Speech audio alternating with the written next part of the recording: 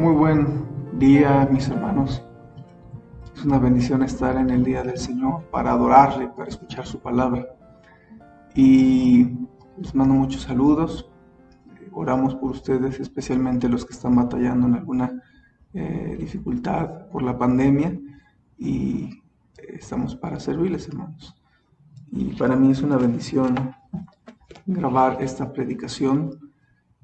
Y como ustedes saben, los domingos en la tarde estamos basando las predicaciones en una serie que le titulé Explorando el Antiguo Testamento, y nos vamos cada domingo en un libro diferente del Antiguo Testamento, desde el Génesis hasta Malaquías. Y hoy nos toca el libro de Daniel, hermanos. Así que le quiero animar a que abra su Biblia en el libro de Daniel, abra su corazón a la palabra de Dios y nos preparemos para escuchar la palabra de Dios para nuestra vida. Oremos, hermanos. Señor, en esta hora queremos suplicarte que el libro de Daniel pueda ser de una tremenda bendición a nuestras vidas, que pueda cobrar grande valor este libro al estudiarlo en esta tarde, y te ruego, Padre, que tú seas con nosotros, que podamos estar contentos por haber escuchado tu palabra y tomado decisiones. Te ruego, Padre, que me uses con la llenura de tu Espíritu Santo para que hoy domingo pueda ser una bendición a todo hermano que escuche esta predicación, y que nos ayudes a hacer a un lado todo obstáculo, tanto mental como también de alrededor, y que nuestra Biblia, tú y nosotros seamos lo único que hay en el círculo de nuestra atención. Quédate con nosotros, te lo rogamos en Cristo Jesús. Amén. Mis hermanos, el libro de Daniel nos recuerda que hay un Dios en los cielos, que es un Dios soberano.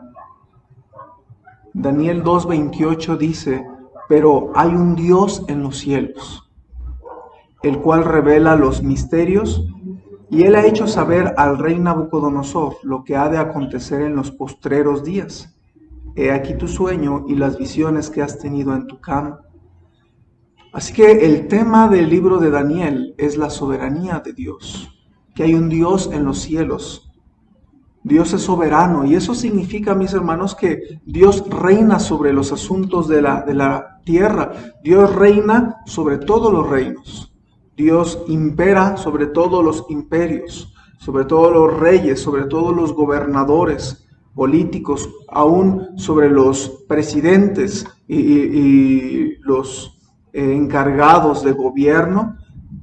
Todo esto no podría suceder sin que Dios lo permitiera, hermanos. Dios solo permite que sucedan las cosas y no se sale nada de sus manos. Por eso le titulé a este libro de Daniel: hay un Dios en los cielos. El título de esta predicación es así: Daniel, hay un Dios en los cielos. Nosotros tenemos un Dios soberano, hermanos, y ningún problema que enfrentamos, ninguna prueba, ningún quebranto de corazón que tenemos se sale de sus manos. Dios siempre tiene el control y las cosas nunca se salen de su control. Aún en las pruebas más difíciles, tú debes de asegurarte de recordar que todas las pruebas son filtradas por Dios y que Él siempre tiene planes y propósitos para nuestra vida en medio de los problemas más arduos. Uno de los fundadores de Estados Unidos, Benjamin Franklin, en una ocasión le dijo a George Washington, al estar debatiendo acerca de cómo comenzar la nación, y le dijo así Franklin a Washington: Señor, he vivido por un largo tiempo y entre más vivo veo más pruebas convincentes de esta verdad, que Dios gobierna en los asuntos de los hombres. Y él entendió bien el asunto. Entendió bien que aún la formación de una nación como fue Estados Unidos era asunto que Dios gobernaba, hermanos. Y nosotros no podemos olvidar esta verdad en nuestra vida personal, que hay un Dios en los cielos que vigila sobre todos los asuntos, que todas las cosas que nos suceden tienen que ver con lo que Dios permite. Hermanos, el libro de Daniel también es espectacular, es milagroso, y aún los estudiosos, especialmente los críticos, tratan de destruir la veracidad, la divinidad de este libro. Alguien dijo, hermanos, que Daniel es uno de los libros más disputados y debatibles de la Biblia. Alguien más dijo también que el libro de Daniel está situado especialmente para ser un campo de guerra entre la fe y la incredulidad. No admite creer a medias, hermanos. ¿Es un libro divino o es un impostor?, decía alguien. Y los estudiosos incrédulos, hermanos, dudan de que Daniel pudo haber escrito el libro, dudan de la fecha donde se escribió, porque ellos dicen es demasiado exacto como para que hubiera sido profecía. Ellos piensan que se escribió 400 años más tarde este libro. Sin embargo, no es así, hermanos. Este libro es profético, este libro es tan preciso, tan hermoso, que nos demuestra una vez más que las profecías de la palabra de Dios es una demostración del poder de Dios, de la omnisciencia, de que Dios sabe lo que iba a suceder en el futuro, y por eso Él tiene la libertad de dar profecías 400 años antes de que sucedieran, o hasta 600 años antes de que Cristo muriera. Ya se había profetizado en el libro de Daniel también. Entonces el libro de Daniel demuestra, hermanos, que las escrituras son poderosas, son exactas, son milagrosas, son veraces, son confiables, y que no solo deben de estudiarse, sino también de creerse. Así que hay que leer el libro de Daniel, releerlo, meditarlo, aprenderlo, dominarlo con el pasar de los años. Vale la pena estudiar el libro de Daniel, hermanos. Vamos a considerar algunos asuntos de este libro hermoso. Vamos a hablar de la persona de Daniel. Daniel capítulo 1, por favor, versículos del 1 al 6. Y quisiera que veamos esta introducción acerca de quién fue Daniel.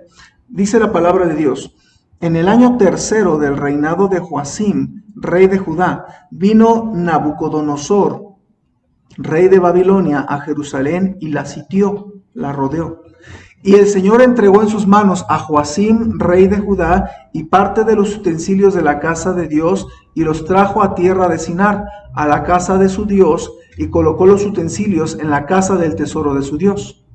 Y dijo el rey a Aspenaz, jefe de sus eunucos, que trajese de los hijos de Israel, del linaje real de los príncipes, muchachos, en quienes no hubiese tacha alguna, de buen parecer, enseñados en toda sabiduría, sabios en ciencia y de buen entendimiento, e idóneos para estar en el palacio del rey, y que les enseñase las letras y la lengua de los caldeos.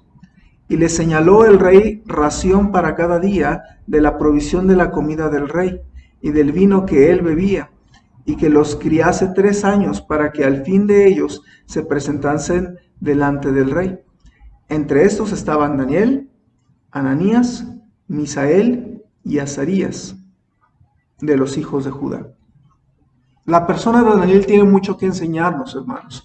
Daniel, aquí nos dice la Biblia que pertenecía al linaje real, era de la familia de los príncipes, y él fue deportado de Israel, de Jerusalén, pues fue llevado a la tierra de Babilonia, fue deportado, tratado como siervo, y fue hecho eunuco, es decir, siervo o servidor del rey, y pues tal parece que él nunca se casó. Él estuvo al servicio del rey toda su vida, por muchas décadas. El nombre de Daniel, hermanos, significa Dios es mi juez. Bonito significado. Y Dios usó a Daniel precisamente para mostrar su juicio a las naciones, a los imperios. También su juicio fue dado a Israel, y también se habla del juicio de nuestros pecados en la persona de Jesucristo. Y también se habla del juicio de los últimos tiempos, hermanos. Daniel fue una persona real, no se equivoque. No es un personaje ficticio, no es una parábola, no es una situación meramente,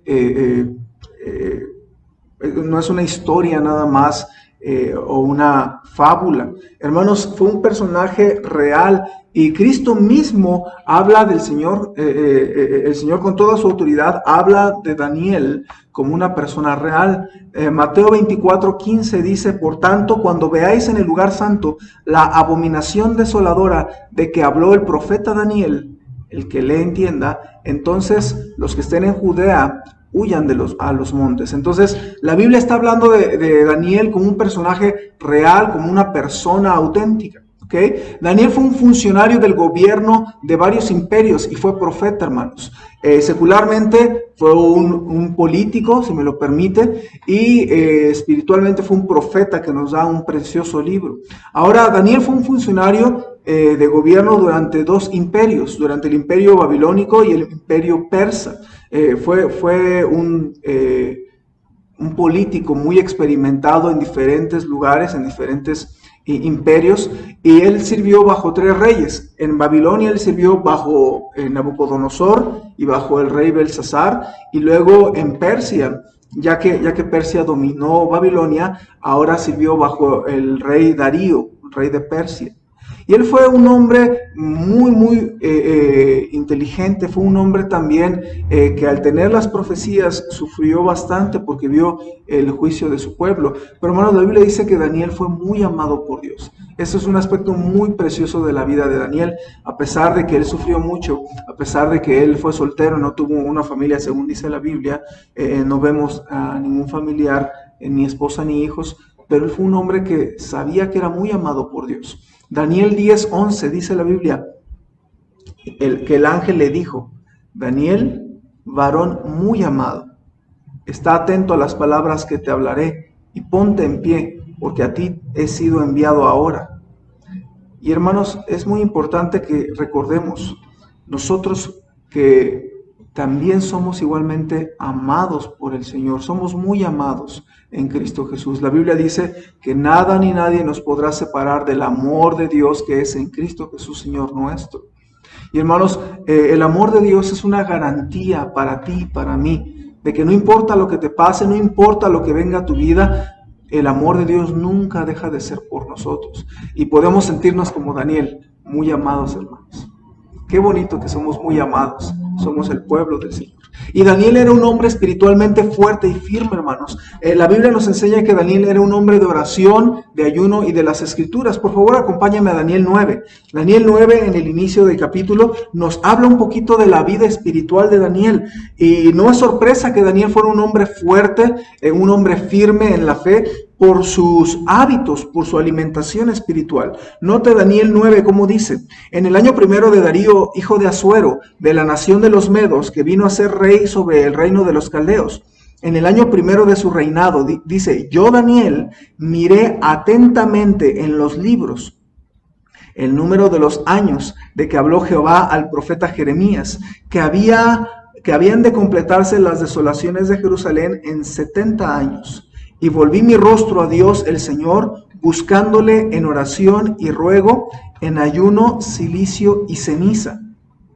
Y hermanos, aquí nos enseña un poquito la Biblia de quién era Daniel. Daniel era un hombre de la Biblia. Usted ve que él miraba atentamente, leía el libro de Jeremías y encontró profecías respecto a su pueblo, que nada más estaría 70 años en Babilonia. Pero mis hermanos, cuán importante es mirar atentamente la palabra de Dios. ¿Cuál es tu dieta de la palabra de Dios? Porque lamentablemente muchas veces nos encontramos con debilidad espiritual, nos encontramos con pruebas demasiado fuertes para nosotros y no nos damos cuenta que nuestra dieta espiritual es muy carente. Leemos la Biblia una vez a la semana o leemos la Biblia nada más porque vamos a la iglesia. Y hermanos, una vida alejada de la palabra de Dios es una vida alejada de fuerza, de fe, de firmeza en los caminos de Dios. Usted dígame cuál es su dieta diaria de la palabra de Dios y yo le voy a decir qué tipo de cristiano es. Por eso es importante que este aspecto que nadie le puede vigilar, usted lo vigile y usted ame al Señor, ame sus escrituras y sea una persona de oración, como también lo fue Daniel. Dice la Biblia que Daniel oraba, buscaba a Dios en oración, en ruego, en ayunos. Usted busca al Señor continuamente en oración, diariamente está tomando un momento para orar. Es importante esto, hermanos. Y también que usted vea que Daniel no solamente oraba, sino oraba con tal devoción que estaba ayunando algunos tiempos. De hecho, la Biblia en Daniel 10 nos habla acerca de que Daniel llegó a estar ayunando por un espacio de 3 semanas continuas, no comiendo manjar delicado, no entrando en su boca carne, ni vino, ni ungüento en su cuerpo. Y hermanos, esto es porque él anhelaba las respuestas del Señor en sus peticiones. Y es importante, hermanos, que nosotros veamos en Daniel una inspiración de un caminar fuerte en la fe. También Daniel fue un hombre de fe. Daniel 6:22 nos dice acerca de la fe de Daniel cuando fue arrojado al foso de los leones. Dice la Biblia: mi Dios envió su ángel, el cual cerró la boca de los leones, para que no me hiciese daño, porque ante él fui hallado inocente, y aún delante de ti, oh rey, no he hecho nada malo. Entonces se alegró el rey en gran manera a causa de él, y mandó sacar a Daniel del foso, y Daniel fue sacado del foso, y ninguna lesión se halló en él, porque había confiado en su Dios. Hermanos, yo veo en Daniel un hombre que sabía confiar en Dios en los tiempos difíciles. Y estando ahorita en tiempos de cuarentena, hermanos, con problemas de salud, con problemas de finanzas, con situaciones difíciles, aún nuestra iglesia todavía no abre el templo. Pero mis hermanos, estando en tiempos difíciles, cuán importante es que seamos gente confiada en el Señor, gente de fe. A propósito, muchos creemos que Daniel se incluye implícitamente en el libro de Hebreos. En Hebreos 11:33 se nos dice que siendo el capítulo de la fe, el salón de la fe le llaman algunos, y ahí se incluye al profeta Daniel. Dice la Biblia en Hebreos 11:33 que por fe conquistaron reinos, hicieron justicia, alcanzaron promesas, taparon bocas de leones. Hermanos, se cree que cuando se habla de que taparon bocas de leones, está hablando de Daniel. Y hermanos, la Biblia dice que Daniel fue un hombre de fe.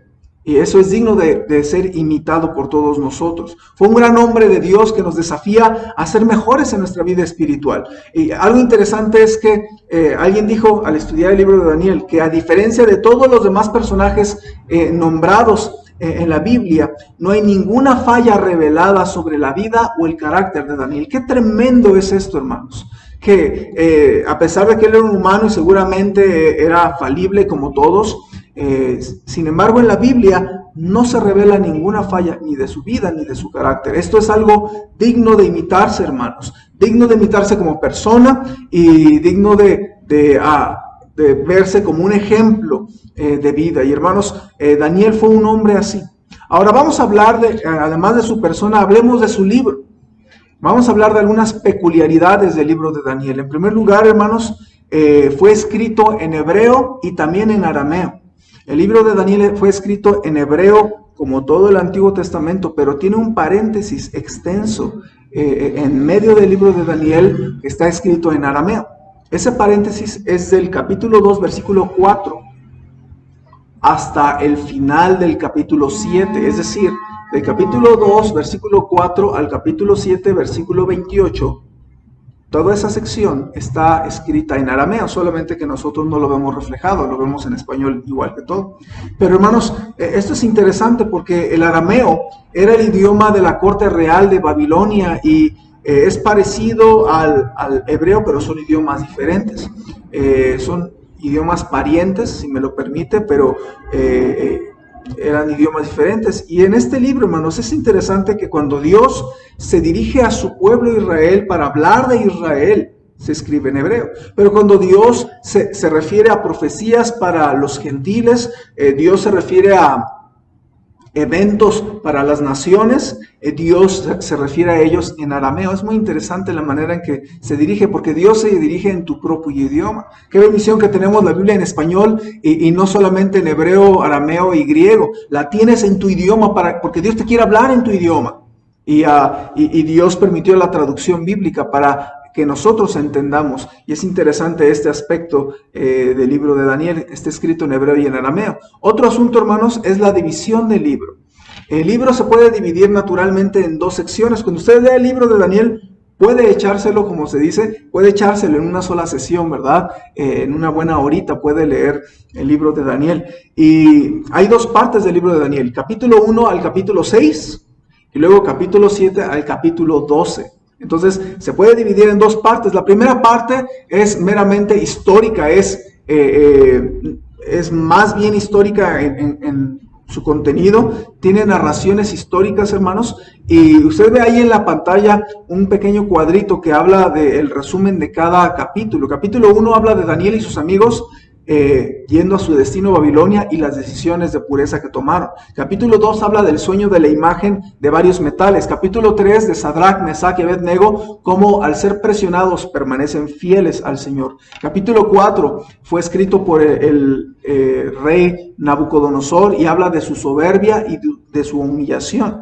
También capítulo 5 habla de la soberbia y la caída del rey Belsasar, que fue nieto de Nabucodonosor. Capítulo 6 habla de Daniel en el foso de los leones. Entonces es la parte histórica. Pero luego lee usted capítulo 7 al 12, que es la segunda parte, y el contenido es más bien profético. Habla de visiones y eventos proféticos. Por ejemplo, capítulo 7 habla de la visión de las 4 bestias imperios. Luego el capítulo 8, la visión de 2 bestias, que son también 2 imperios. El capítulo 9 es muy importante para la profecía bíblica. Es la profecía del fin y se le llama las 70 semanas de Daniel. Este tema es algo que no vamos a tocar en este tiempo, pero yo le animo a estudiarlo con profundidad. Se necesita mucho más estudio y necesitaríamos, yo creo que mínimo unas 2 horas para hablar únicamente de las 70 semanas de Daniel. Y este libro nos ayuda a entender el libro de Apocalipsis, entre otros libros proféticos. Y es un tema que le animo a estudiar en el futuro. Capítulo 10 habla del ministerio de los ángeles, cómo funcionan y también cómo se dio con Daniel. Capítulo 11, historia del imperio griego, de cómo se divide y cómo el rey Antíoco Epífanes batalla con otro rey. Se habla como el rey del norte y el rey del sur luchan por el territorio y en medio está la ciudad santa de Jerusalén. Hermanos, el libro de Daniel no se escribe cronológicamente. No se debe de buscar o pensar a leer este libro de manera cronológica, porque no fue escrito así. Entonces, usted va a ver, por ejemplo, el capítulo 9 no fue necesariamente escrito después del capítulo 8.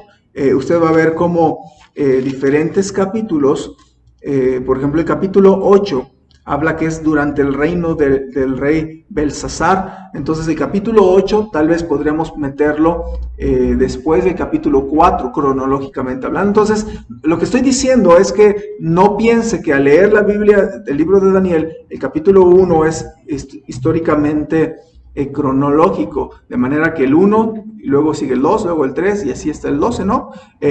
Los eventos pudieron haber sido intercalados. Los capítulos son individuales, léalos individuales, aunque es un solo libro, una sola unidad, pero cada capítulo fue escrito en diferente momento en la vida de Daniel y no fue un libro seguido cronológicamente. Ahora, hablemos del contenido del libro. El contenido, hermanos, histórico. Nada más déjeme decirle algo que le va a ahorrar mucho tiempo. El libro de Daniel fue un libro que contiene un periodo de la historia bastante amplio. Contempla varios imperios. Si usted sabe un poquito de historia, uno de los primeros imperios fue el imperio egipcio. El imperio egipcio, usted va a ver ahí la pantallita, ¿verdad? Una pantalla, una tablita, pero el imperio egipcio, hermanos, solo se hace referencia al pasado en el libro de Daniel. Luego el imperio asirio no se le hace gran referencia, pero el imperio asirio fue dominado por Babilonia.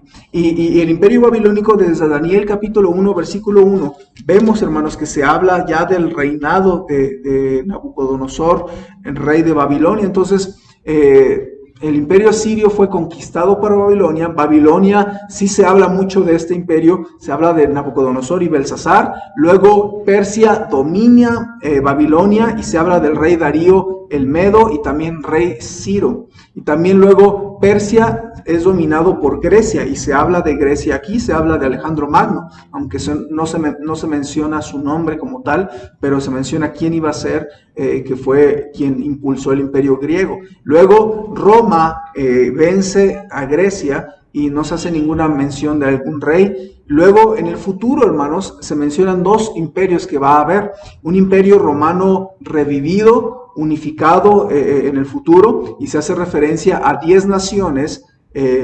Por eso es que muchos piensan que la Unión Europea tiene un papel fundamental en la profecía futura, porque se habla de 10 reyes de estas 10 naciones unidas y se habla del anticristo, y también se habla finalmente del imperio de Cristo, que Jesucristo en su segunda venida va a imponer y va a ser un reino eterno, primero aquí en la tierra un reino milenial y luego se va a extender por la eternidad, hermanos.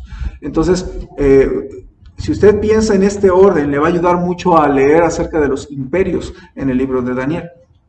Ahora, el contenido profético, hermanos, quiero decirle que cuando nos referimos a profecía en este libro, se refiere a la predicción de eventos futuros que pasarían tal como fueron pronosticados. Esto es algo increíble, hermanos. Así como lo dice Daniel, es tan exacto y así sucedió en el futuro. Imagínese, déjeme ponerlo en estas palabras simples, imagínese que usted ve en el celular o en la televisión un pronóstico del clima y ese pronóstico es infalible y perfecto. Imagínese que a la hora que dice que va a llover, llueve, que a la hora que dice que va a salir el sol, a esa hora precisa, que a la hora que dice que va a granizar, granice, y que siempre sucediera así. Sería un pronóstico perfecto, pero eso nunca sucede. Los pronósticos son algo acercado a lo que va a suceder, pero no es algo preciso o exacto, solo se acerca. Pero las profecías de Daniel son un pronóstico perfecto.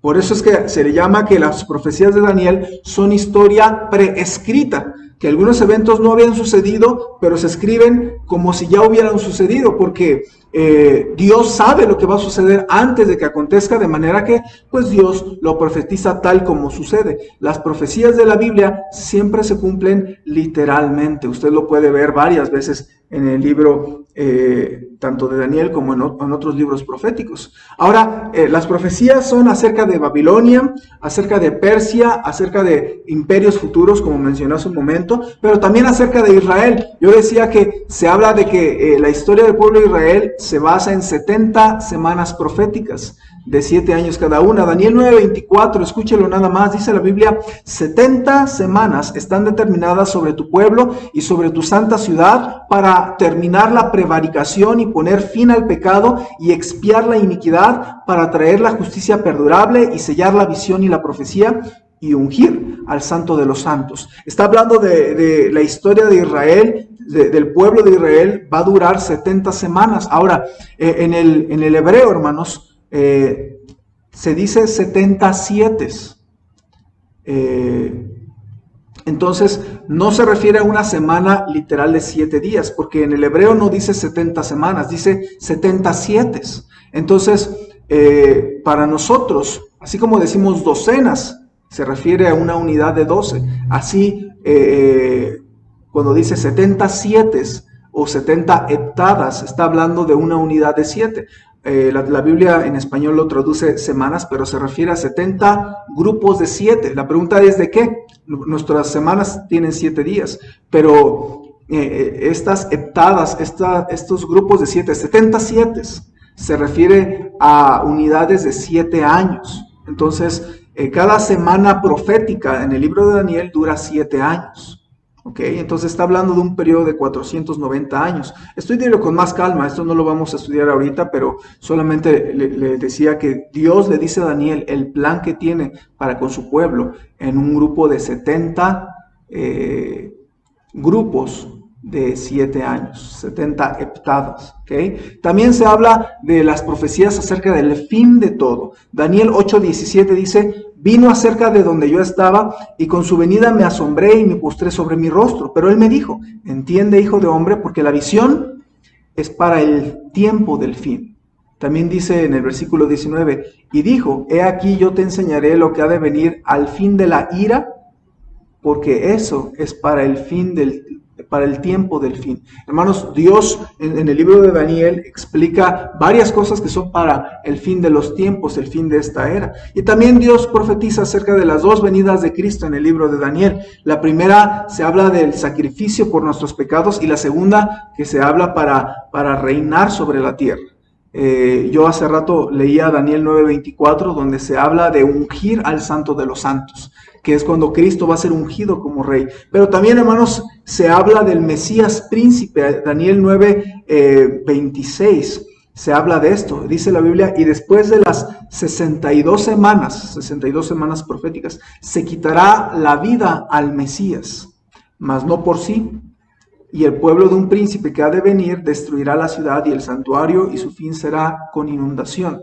Y se habla de quitarle la vida al Mesías, hermanos. Y es interesante porque la fecha tradicional de escritura del libro de Daniel es en el año 600, del año 600 al año 530 antes de Cristo. Y es interesantísimo, hermanos, que se profetiza 600 años antes que se le quitaría la vida al Mesías en la cruz para quitar nuestros pecados. Qué precioso, hermanos, que la Biblia ya sabía el plan que Dios tenía para nuestra salvación. Era enviar a su Hijo y que se le quitara su vida, aunque Él resucitaría. Así que, hermanos, el libro de Daniel es una llave para entender el libro de Apocalipsis, es una llave para entender los contenidos proféticos, como el discurso del Señor Jesús, llamado el discurso del Monte de los Olivos en Mateo 24 y Mateo 25, y también el libro de Segunda de Tesalonicenses. No podríamos entenderlos sin tener el libro de Daniel. Por eso es que el libro de Daniel es un poco complejo, pero al entenderlo se va descifrando muchas cosas del Nuevo Testamento.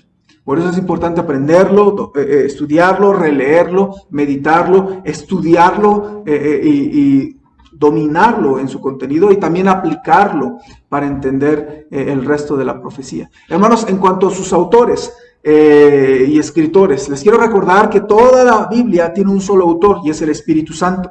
Entendiendo primero esto, que ninguna profecía de la Escritura es de interpretación privada, porque nunca la profecía fue traída por voluntad humana, sino que los santos hombres de Dios fueron inspirados por el Espíritu Santo. Así que, ¿quién es el autor del libro de Daniel? El Espíritu Santo, no lo olvidemos. Pero humanamente hablando, Dios usó a dos instrumentos humanos, Daniel y el rey Nabucodonosor, hermanos. El rey Nabucodonosor es autor, permítame decirlo así, específicamente es el escritor de capítulo 4 de Daniel. De hecho, el libro es escrito por Daniel, pero el capítulo 4 es una autobiografía de la exaltación y de la humillación del rey Nabucodonosor. Entonces, es muy interesante, no sé si usted sabía, pero Nabucodonosor fue escritor bíblico. Es muy interesante esto.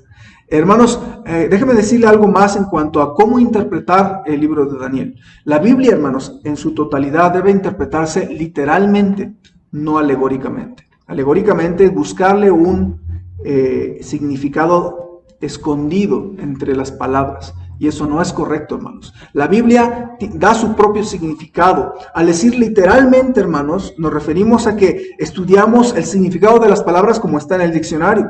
Estudiamos el contexto histórico, estudiamos el contexto bíblico del libro y del capítulo. Vemos la construcción gramatical, es importante fijarse cómo está escrito. Vemos las figuras de lenguaje que la Biblia también usa. Y vemos lo más literal que podamos, siempre y cuando la Biblia no diga que es algo simbólico. Esto es algo muy importante. Entonces, la Biblia tiene una interpretación literal, histórico-gramatical, ¿okay? Que tiene consideración de la figura del lenguaje, de la poesía. Pero, hermanos, hay pocas ocasiones donde la Biblia dice, no, esto es simbólico. Ahora, ¿cómo sabemos cuando la Biblia nos dice que tiene un significado simbólico? ¿Cómo sabemos cuando la Biblia es simbólica? Bueno, es fácil, cuando la misma Biblia lo dice. Nosotros no nos vamos a poner a inventar nada, hermanos. Si la Biblia dice que David agarró 5 piedras de río, son 5 piedras literalmente. ¿Ok?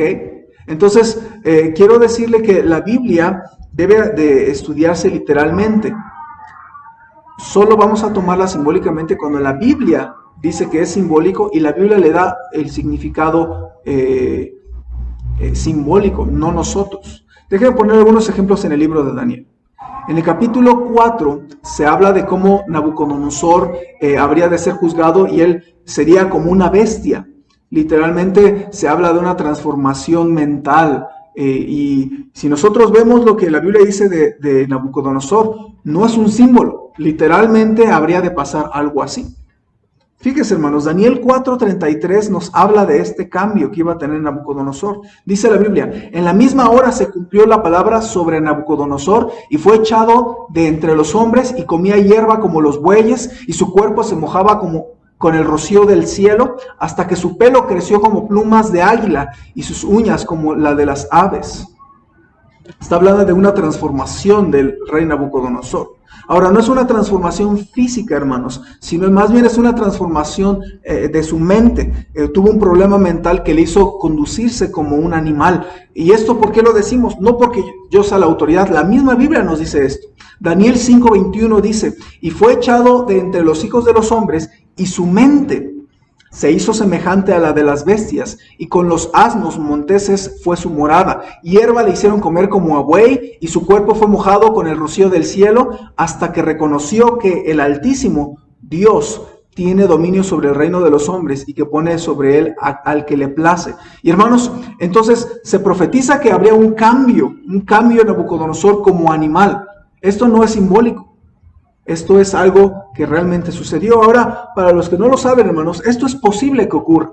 Psicológicamente, esto está reconocido y se le llama de diferentes maneras. Se le llama zoantropía, o se le llama licantropía o boantropía, y lo puede estudiar, pero es un padecimiento donde una persona se cree ser un animal específico y actúa como él. Es un problema mental, y Nabucodonosor lo tuvo.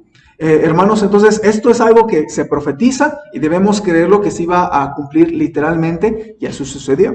Porque la Biblia no dice que era un símbolo. Ahora vamos a otro ejemplo en el capítulo 2. En el capítulo 2 de Daniel, léalo con más calma, completito, pero habla de un sueño que tuvo Nabucodonosor acerca de una imagen de diferentes materiales, que esta imagen simboliza algunas cosas. Ahora, si usted va a Daniel capítulo 2, usted va a ver un poco del sueño de Nabucodonosor. Y por ejemplo, en el versículo 32 se dice de esta imagen: la cabeza de esta imagen era de oro fino, su pecho y sus brazos de plata, su vientre y sus muslos de bronce, sus piernas de hierro, sus pies en parte de hierro y en parte de barro cocido. Y se nos habla de esta imagen, hermanos. Yo más o menos puse, ahorita usted va a ver una imagen ahí en la pantalla de más o menos cómo fue la imagen que soñó el rey Nabucodonosor. Ahora, esta imagen no es algo físico, no es algo... Daniel vio la imagen en el sueño de Nabucodonosor. Nabucodonosor lo soñó, pero no es algo real, es solamente un simbolismo. Ahora, ¿por qué lo decimos? Porque la misma Biblia dice que es un símbolo, que tiene un significado. Versículo 36 dice, este es el sueño, también la interpretación de él diremos en presencia del rey. Hasta el final del 38 dice la cabeza, ¿qué significa? Al final del 38 dice, tú eres aquella cabeza de oro, le está diciendo al rey Nabucodonosor.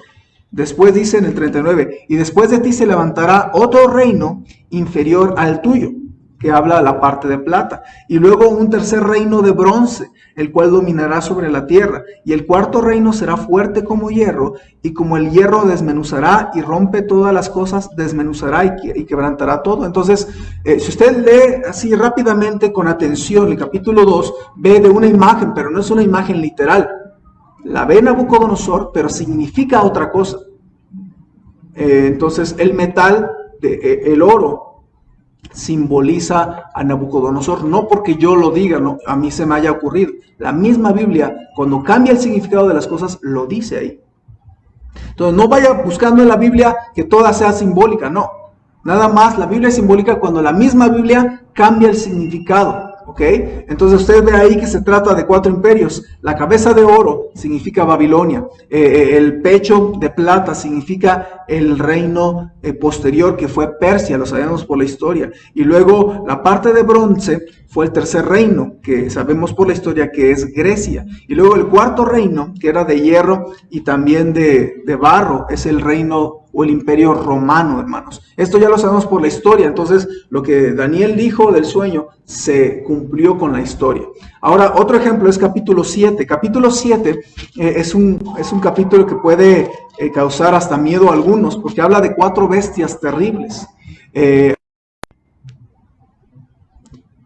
Muy buen día, mis hermanos. Es una bendición estar en el día del Señor para adorarle y para escuchar su palabra. Muy buen día, mis hermanos. Es una bendición estar en el día del Señor para adorarle, para escuchar su cumplió con la historia. Ahora, otro ejemplo es capítulo 7. Capítulo 7 es un capítulo que puede causar hasta miedo a algunos, porque habla de 4 bestias terribles.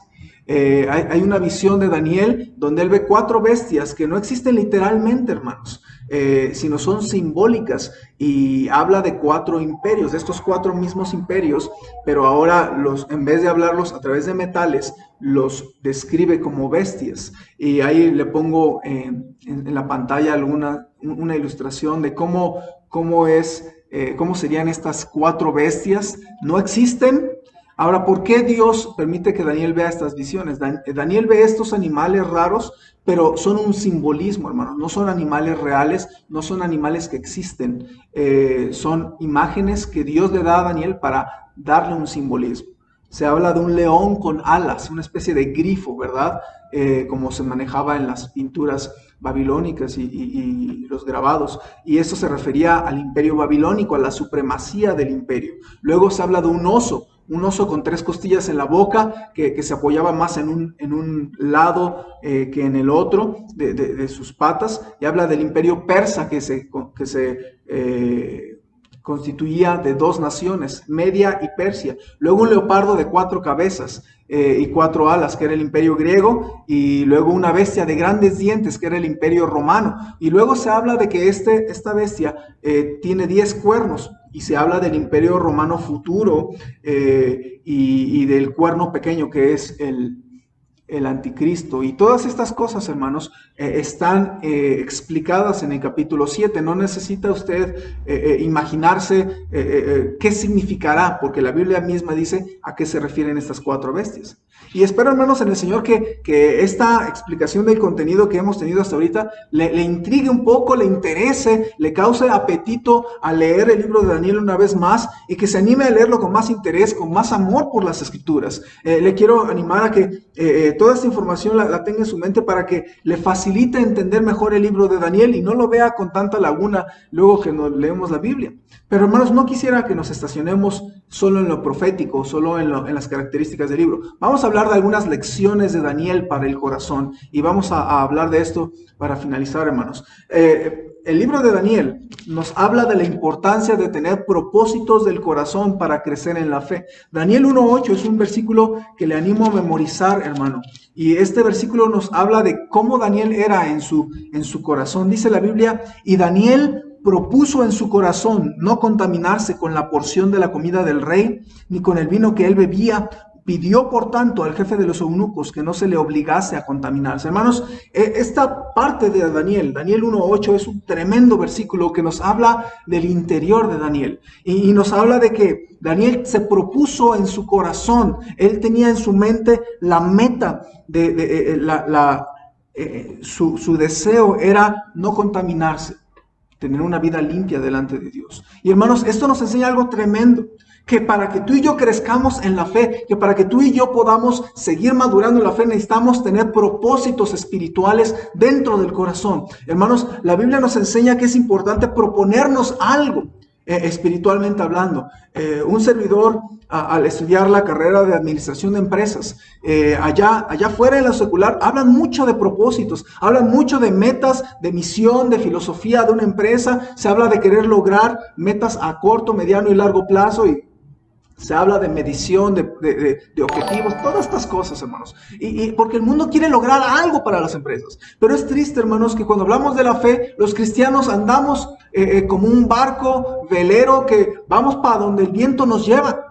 Es triste, hermanos. Un cristiano no debe de ser así. Un cristiano debe ser enfocado, que se proponga algo en su corazón y hacerlo para la gloria de Dios. Y, hermanos, necesitamos luchar por tener propósitos. ¿Tú tienes propósitos en tu vida espiritual? ¿Tú estás buscando luchar para hacer algo para el Señor? ¿Tú tienes en tu corazón el propósito de lograr en tu vida espiritual algo que te ayude a crecer en la fe? Hace un par de semanas yo predicaba y mencionaba que hay un pequeño plan de lectura bíblica donde se puede leer la Biblia en 90 días. Y lo mencionaba para retar a los hermanos, y lo mencioné nada más. Y uno de los hermanos que lo escuchó me mandó un mensaje y me dijo: pastor, yo y mi hermana estamos interesados en leer la Biblia en 90 días. Y quisiéramos saber del programita, y se lo mandé. Pero lo que pasó ahí es que él, al escuchar la palabra de Dios, al escuchar esto, él se propuso en su corazón querer crecer en la fe, y él tomó esto a pecho y va a querer intentar leer la Biblia en 90 días. Qué bonito, hermanos. Pero esto nos enseña, junto con el ejemplo de Daniel, que para que tú logres algo en tu vida espiritual, tienes que proponerte en tu corazón lograr algo. Por eso Filipenses 2:13 dice, porque Dios es el que en vosotros produce así el querer como el hacer por su buena voluntad. Dios pone la semilla de un deseo, y eso debe de ser un propósito en tu corazón. Y no solamente tener el propósito, lograrlo, porque Dios pone el querer como el hacer por su buena voluntad. Y es importante, hermanos, que tengamos propósitos del corazón para crecer en la fe. Otra lección es el recurso de la oración unida en tiempos críticos. Capítulo 2, versículo 17, hermanos, nos habla también del recurso de la oración. Capítulo 2 nos habla del sueño de Nabucodonosor. Nabucodonosor, siendo caprichoso, se levanta y le pide a todos sus sirvientes que le den el sueño y la interpretación. Y ninguno de sus sirvientes y de sus magos logra decirle el sueño y la interpretación, y como es caprichoso, manda a matar a todos, entre ellos a Daniel y a sus 3 amigos judíos. Pero Daniel, al estar pronto a morir, pide al siervo del rey que le dé tiempo, y Daniel entonces le pide a sus amigos orar junto con él para que Dios les dé la respuesta. Ve a Daniel 2:17.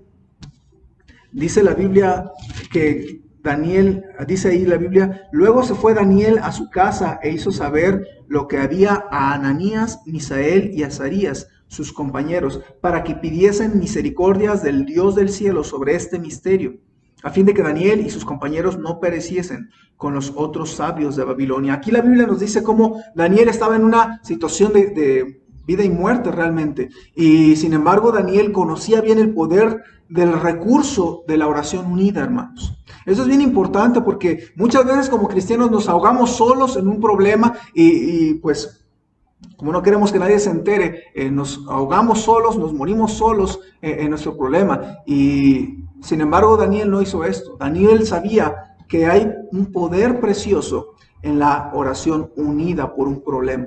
Y eso es algo muy importante, hermanos. Por eso es que es precioso cuando un hermano de la iglesia viene a un servidor como pastor y pues abre un poco su corazón, abre su vida. Obviamente yo como pastor necesito ser, y lo he sido, cuidadoso, guardar la confidencialidad con la persona y guardar el respeto a su vida privada.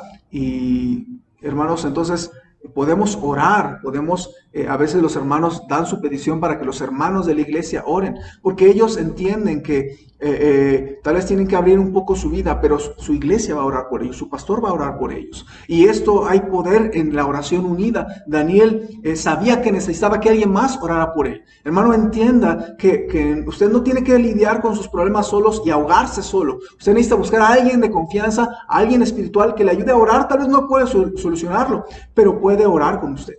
Muchas veces como pastor no puedo solucionar los problemas, porque muchos problemas salen de las manos de los pastores, pero sí podemos orar.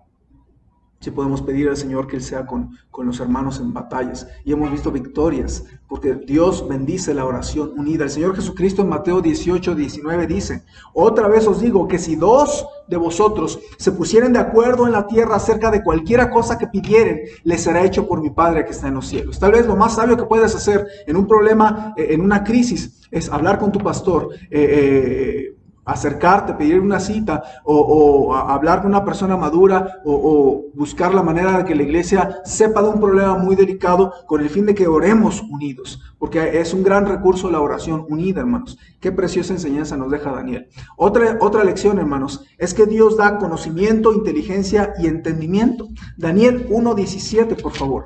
En Daniel 1:17 dice la Biblia, a estos 4 muchachos, refiriéndose a Daniel y a sus amigos, a estos 4 muchachos Dios les dio conocimiento e inteligencia en todas las letras y ciencias, y Daniel tuvo entendimiento en toda visión y sueños. Hermanos, Dios da la inteligencia.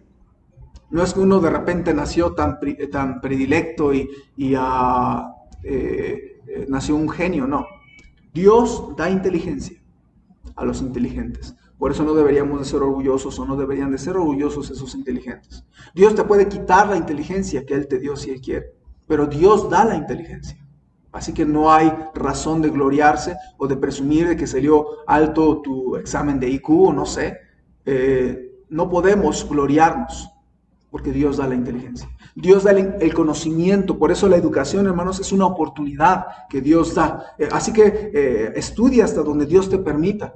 Si te permite acabar la carrera, hazlo. No destruyas tus oportunidades de aprender, de estudiar. Muchos jóvenes desaprovechan preciosas oportunidades por no esforzarse en la escuela, por no tomarla con seriedad o por meterse en fornicación con alguien y pues ya como embarazaron a la chica o como tuvieron problemas, entonces ya tienen que dejar la escuela y meterse a trabajar. Y hermanos, el pecado puede hacer que tú pierdas la oportunidad de la educación, del estudio. Y hermanos, a muchos creyentes Dios no les permitió acabar y ellos aman al Señor, pero ellos batallan con el conocimiento porque tal vez no pudieron aprender a leer o escribir porque desde pequeños tuvieron que estudiar o trabajar más bien, o no acabaron la primaria o la prepa o la carrera. Pero hermanos, si Dios te está dando la oportunidad de estudiar, aprovéchala. Dios da entendimiento correcto de las cosas. Busca a Dios para entender mejor las cosas que enfrentas. Y lo bonito es que el versículo 20 dice: en todo asunto de sabiduría e inteligencia que el rey les consultó, los halló 10 veces mejores que todos los magos y astrólogos que había en todo el reino. Hermanos, cuando tú y yo estamos agarrados del Señor, Él nos da inteligencia, Él nos da conocimiento, Él nos da entendimiento. Y si tú te agarras del Señor, tú puedes ser 10 veces mejor que los demás sin Dios. Otra lección, hermanos, es que nunca debemos ceder a la presión social para desobedecer a Dios. Capítulo 3 en nuestra Biblia, ustedes ven un capítulo donde Sadrach, Mesach y Abed-Nego son presionados a desobedecer a Dios. Otra vez, el rey Nabucodonosor, siendo rey soberbio y caprichoso, él tiene la idea de mandar hacer una estatua gigante de oro, seguramente era de sí mismo, y pidió que cuando se escuchara el sonido de la música, todas las naciones pararan todo y dieran adoración obligatoria a esta imagen. De lo contrario, serían echados a un horno de fuego. Y hermanos, sin embargo, estos tres jóvenes se ponen firmes y dicen: no, nosotros no vamos a adorar a estas imágenes, esta escultura. A propósito, es una buena ilustración para decir que los creyentes de verdad bíblicos no se meten en adorar ninguna imagen, ninguna escultura y a nadie que no sea el Dios del cielo. Y entonces, vean lo que dice la Biblia en Daniel 3:16. Dice la Biblia: Sadrach, Mesach y Abed-Nego respondieron al rey Nabucodonosor diciendo: no es necesario que te respondamos sobre este asunto. He aquí nuestro Dios, a quien servimos, puede librarnos del horno de fuego ardiendo, y de tu mano, oh rey, nos librará. Y si no sepas, oh rey, que no serviremos a tus dioses ni tampoco adoraremos la estatua que has levantado. Hermanos, es interesante porque el rey se enoja tanto que manda a calentar 7 veces más el horno y los arroja a ese horno. Pero hermanos, ellos estaban bien firmes en que ellos no adorarían a nada ni nadie que no fuera Dios. Y Dios milagrosamente los protege. Dice la Biblia en Daniel 3:24. Entonces el rey Nabucodonosor se espantó y se levantó apresuradamente y dijo a los de su consejo: ¿no echaron a 3 varones atados dentro del fuego? Ellos respondieron al rey: ¿Es verdad, oh rey? Él les dijo: he aquí yo veo 4 varones sueltos que se pasean por en medio del fuego sin sufrir daño alguno, y el aspecto del cuarto es semejante al hijo de los dioses. A propósito, hermano, la Biblia dice ahí que se aventaron a 3 jóvenes, pero había 4 ahí, porque Dios estaba con ellos. Algunos creen que Cristo mismo estaba ahí con ellos, acompañándolos en medio del fuego y librándolos de esta situación. Y hermano, a propósito, quiero recordarte que cuando tú y yo entramos al horno de fuego, a la prueba, a la aflicción, Cristo siempre está contigo, siempre. No lo olvides. Una última aplicación breve, hermanos. Seamos fieles en el trabajo secular y fieles a Dios. Daniel nos enseña en capítulo 6 que se puede ser fiel en tu trabajo y fiel en tu vida espiritual. Daniel 6:4 dice la Biblia: entonces los gobernadores y sátrapas buscaban ocasión para acusar a Daniel en lo relacionado al reino, mas no podían hallar ocasión alguna o falla, porque él era fiel y ningún vicio ni falla se fue hallado en él. Veo aquí en Daniel cómo la fe no se separa de la fidelidad de tu trabajo. Daniel fue fiel, pero habla de su trabajo, de que en su trabajo secular, o tú en tu negocio, o tú en tu escuela, seas fiel, hermano. La fidelidad a Dios, el amor a Dios, la fe, no deben separarse de ser una persona leal en tu trabajo, trabajadora, diligente, esforzada. Pero también Daniel 6:10 nos habla de la vida espiritual de Daniel. Dice la Biblia: cuando Daniel supo que el edicto había sido firmado, entró en su casa y, abiertas las ventanas de su cámara que daban hacia Jerusalén, se arrodillaba 3 veces al día y oraba y daba gracias delante de su Dios, como lo solía hacer antes. Daniel aquí está diciéndonos que él tenía el hábito de orar 3 veces al día a pesar de ser servidor público. Y hermanos, eso significa que Daniel era fiel en su trabajo, pero era fiel a Dios. Se puede tener ambas. No tienes que sacrificar tu fe por tu trabajo. Es que tengo que trabajar los domingos, por eso no voy a la iglesia y por eso no me congrego. Error. Tú puedes ser fiel a Dios, pero puedes ser fiel a tu trabajo. No sacrifiques tu fe por tu trabajo, pero tampoco significa que por amar a Dios abandones el trabajo, seas flojo, seas impuntual, no le des importancia al trabajo. No es así. Daniel nos da un bonito ejemplo de que se puede ser fiel en el trabajo, en el negocio o en tu escuela, y a la vez ser fiel a Dios. Hermanos, el libro de Daniel es una delicia, y te quiero animar que tú puedas estudiarlo. Mi oración es que con esta predicación te cause apetito por el libro de Daniel y que tú puedas aprender algo nuevo del libro de Daniel. Te animo a que lo puedas leer y que te anime a ser mejor para el Señor. Hubieron algunas lecciones prácticas. ¿Cuál lección que se vio en esta tarde crees que Dios está usando para hablarte a tu corazón? Porque Dios quiere que tomemos algunas decisiones y te animo a hacerlo. Oremos para terminar. Señor, gracias por la bendición del libro de Daniel. Gracias porque no solamente es un libro que podemos poco a poco entender mejor, un libro complejo, pero un libro que se puede poco a poco entender mejor con tu ayuda y con el estudio diligente, pero también, Señor, porque es un libro práctico, con muchas lecciones. Y te ruego, Padre, que de las varias lecciones que se dieron acerca de la persona de Daniel, del libro de Daniel y de lecciones prácticas, podamos tomar una en nuestro corazón y tener propuesto en nuestro corazón vivir diferente y aplicar alguna de las cosas que vimos aquí. Ponemos en tus manos este tiempo, te lo rogamos en Cristo Jesús. Amén. Hermanos, espero que pueda ser de bendición este libro para ustedes, así como lo ha sido para mí. Siga fiel en el Señor, firme en su fe en medio de la pandemia, en medio de la cuarentena que todavía estamos en batallas. Sea fiel al Señor, siga ofrendando, siga dando su diezmo, su ofrenda misionera, y también le animo a que usted pueda seguir viendo las predicaciones, siga creciendo en su fe diaria. Les amamos, estamos en contacto.